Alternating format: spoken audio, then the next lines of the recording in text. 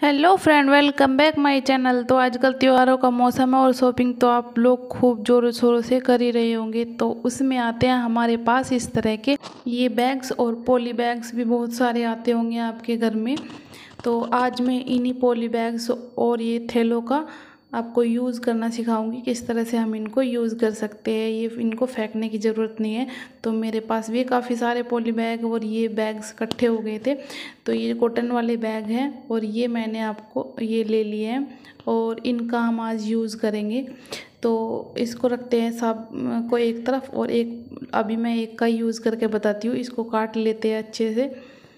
इसको इसके ऊपर के हिस्से को अलग कर लेना है हमें और इसको एक तरफ रख लेना है। इसको भी हम यूज़ में लेंगे बाद में, और इसको इस तरह से साइड से काट लेना है। तो अब फिर हम इसका ना काट कर इसकी वैक्स की स्ट्रिप्स बनाएंगे। करवा चौथ आ रहा है ना, तो इस पर औरतें खूब सजती संवरती हैं, वैक्स भी करती है, बहुत सारे काम करती है।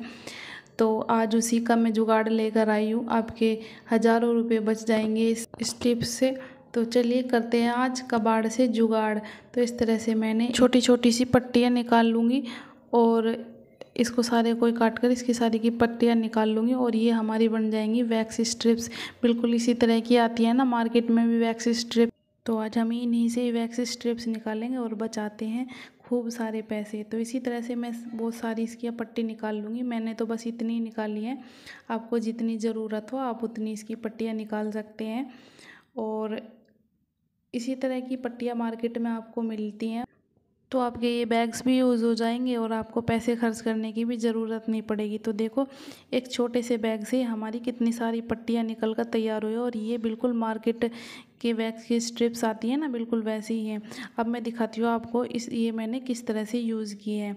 ये देखो मेरे हैंड पे कितने सारे बाल हैं, तो मैं इनको इसको क्लीन करके दिखाती हूँ।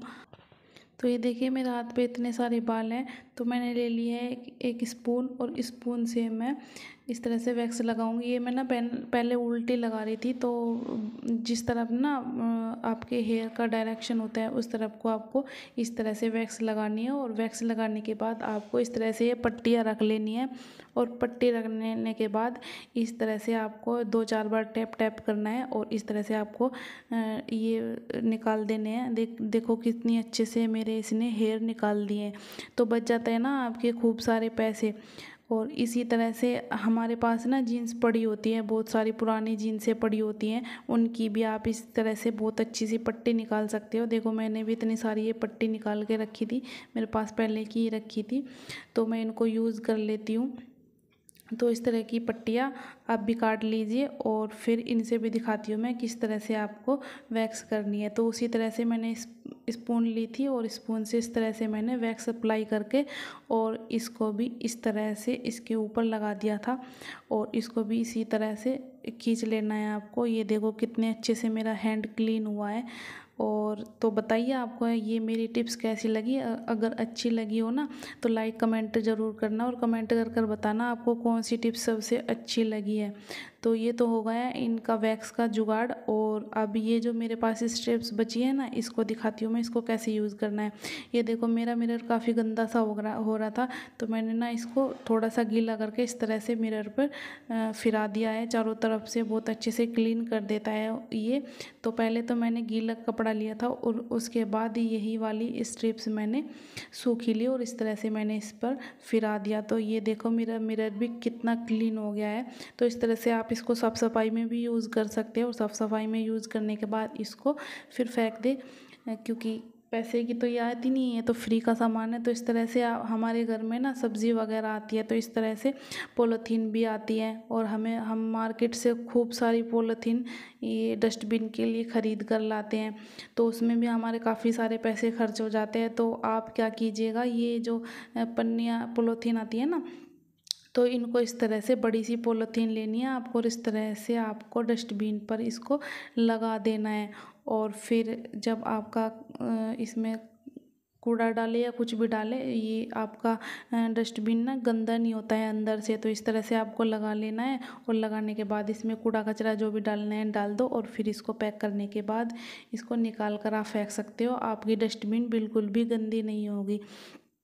तो इस तरह से आपको इसको बांध कर फेंक देना है, तो आपकी डस्टबिन भी गंदी नहीं होगी और आपके पैसे भी बचेंगे। तो मेरे पास ये ईयरिंग पड़े थे और इन ईयरिंग के ना पीछे का वो ताला होता है ना लॉक, वो खो गया था। तो मैंने क्या किया, हमारे घर में कभी आती है ना ये जो टेप आती है, डबल टेप बोलते हैं इसको, इस तरह की ये ऊपर से निकल जाती है, इस तरह की टेप आती है मार्केट में, आपको इजीली अवेलेबल हो जाएगी, वो ले लेनी है आपको। आप हंसना मत, मेरी बेटी ने इसको सारा फाड़ दिया था, मैंने ये मुश्किल से बचाया उसके हाथ से। तो इस तरह से आपको काट लेना है और काटने के बाद इसके पीछे का लॉक आपको बना लेना है। आप इसको इसके 2-3 टुकड़े करके और फिर गोलाई में इसको काट लेना है, तो आपका पीछे का लॉक बिल्कुल तैयार हो जाएगा और ये बिल्कुल भी निकलेगा नहीं। अब आपको ना लॉक खोने की कोई टेंशन नहीं है, खो भी जाता है तो कोई दिक्कत वाली बात नहीं है, आपके ईयरिंग बिल्कुल सही हो जाते हैं।